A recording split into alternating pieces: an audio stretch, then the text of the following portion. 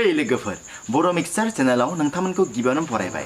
दिनै नोंथांमोनजों मोननैसो जोबोर इम्पोर्टेन्ट टपिकखौ लानानै सावरायनो सानदों। बेनि थाखायनो नोंथांखौ खावलायखायो नोंथाङा जाहाथे दिनैनि बे भिडिअखौ जोबजासिम नायो आरो लोगोसे नोंथाङा जुदि आंनि चेनेलाव गोदानब्ला चेनेलखौ साबस्क्राइब खालामबानो जाबाय। दानिया फैदो लोगोफोर भिडिअखौ जागायदिनि। रिलायन्स कम्पानि अर्थात नोंथांमोना दा बाहायबाय थानाय जिअ सिम बे जिअ सिमनि कम्पानिया बोसोरफ्रोमबो मोनसे एनुवेल मिट खालामो आरो देग्लायबो बिथांमोना 43थि एजिएम अर्थात एनुअल जेनेरेल मिटिंखौ खालामदोंमोन आरो बेनि गेजेरजों बिथांमोना मोनसे गिदिर एनाउन्समेन्ट होदों। दा बे एनाउन्समेन्टआ जाहैबाय जे रिलायन्स कम्पानि आरो गुगलजों ज' लोगो नांनानै 4G 5G स्मार्टफन दिहुननायनि थांखिखौ लादों आरो बिथांमोना बुंबावदों जे जिअनि 5G नेटवर्क आरो बेनि सल्युशननि थाखायबो खामानि मावदों होननानै बुंदों आरो लोगोसे बिथांमोना बुंबावदों जे जिअ टिभि प्लास आरो जिअ ग्लास बेफोरखौ दिहुननायनि थाखायबो मोनसे गिदिर थांखि लादों होननानै बुंथिदों। जोंनि आसामाव दायो कर'ना भाइरास जाजानाय सुबुंनि अनजिमाया बांबोगासिनो दङ।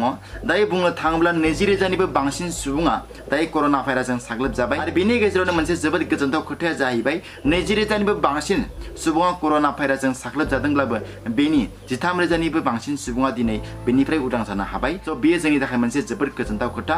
जेनो जाथों मानो लोगोफोर नोंथांमोना जेसेबां हायो एसेबां बे भाइरासनिफ्राय बारग'नो नाजा। जेसेबां हायो एसेबां नोंथांमोना हाथाय बाजारफोराव थाङोब्ला सकफोराव थाङोब्ला जेसेबां हायो एसेबां गावखौ रैखाथि होना लाखिनो नाजा। बेखौ नोंथांमोनखौ खावलायबाय। स' लोगोफोर दिनै नोंथांमोना बेखिनि खोथाखौनो बुंबाय। एक्चुअली दिनैनि बे भिडिअ बानायनायनि गुबै थांखिया बेसो जे आंनि चेनेलनि नेमाथ' बर' मिक्सचार नोंथांमोना बयबो मिथिखायो। दा बै चेनेलनि नेम बर' मिक्सचारखौ आं टटेलि चेन्ज खालामनो सानदों। दा बै चेनेलनि नेमखौ सोलायनायनि गुबै थांखियानो जाहैबाय जे आं गोबाव समनिफ्रायनो बे चेनेलाव भिडिअ होबोगासिनो दङ आरो बेफोर गासै भिडिअफोरानो माने मिक्स जाजोबो आंनिया। मालाबा मोसानाय होयो, मालाबा मेथाइ खननाय होयो, मालाबा ब्लगिं होयो, मालाबा इनफरमेटिभ होयो, माने मिक्स जाजोबदों। दा बेनिखायनो आङो मोनसे फिक्स मोनसे कन्टेन्ट लानानै भिडिअ बानायनो सानदों। जेरैबायदि सोरबा ब्लगिं खालामग्राया ब्लगिं खालामो नङा होमब्ला, सोरबा मोसाग्राया मोसानाय होयो, सोरबा बायदिसिना टेक्निकेल भिडिअ होयो। थिग बे रोखोमैनो आं दिनैनिफ्रायनो जि इनफरमेटिभ भिडिअफोरखौ होनो नाजागोन।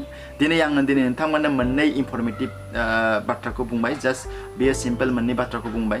बेबायदिनो आङो गाबोननिफ्राय जेसेबां हायो एसेबां इनफरमेटिभ भिडिअफोरखौ नोंथांमोननो होनो नाजागोन। बेनि थाखायनो आंनि जि चेनेलनि जि कन्टेन्ट बे कन्टेन्टआ टटेलि इनफरमेटिभ जागोन नालाय बेनिखायनो आङो बे बर' मिक्सचार बे नेमखौ आङो टटेलि चेन्ज खालामनो सानदों आरो दा बे आंनि चेनेलनि नेमखौ आङो गुबैयै आंनि अरिजिनेल नेम खोरोमसार स्वर्गियारिखौ लाफानानै दोननो सानदों आरो खोरोमसार स्वर्गियारि नोंथांमोना सोरबाफोर मिथियाबा दिनै मिथिखासिगोन आंनि नेमा खोरोमसार स्वर्गियारि।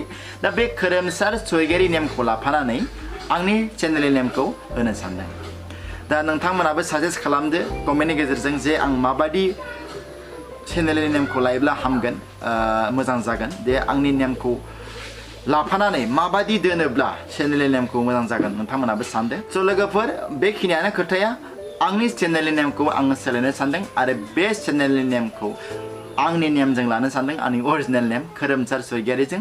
आरो लोगोसे आं दिनैनि बे समनिफ्रायनो जेसेबां हायो एसेबां नोंथांमोननो इनफरमेटिभ भिडिअफोर लाबोगोन। बेनिखायनो नोंथांमोनखौ खावलायखायो जाहाथे नोंथांमोना आंनि भिडिअफोरखौ नायलांबाय थायो। दिनैनिफ्राय आं नोंथांमोननो जेसेबां हायो एसेबां रिसेन्ट आपडेट जानाय इनफरमेटिभ भिडिअफोरखौ नोंथांमोननो लाबोगोन। लोगोफोर दिनैनि भिडिअ बेखिनियानो। भिडिअखौ मोजां मोनोब्ला लाइक खालामबानो जाबाय आरो लोगोसे नोंथाङा जुदि आंनि चेनेलाव गोदानब्ला चेनेलखौ साबस्क्राइब खालामबानो जाबाय।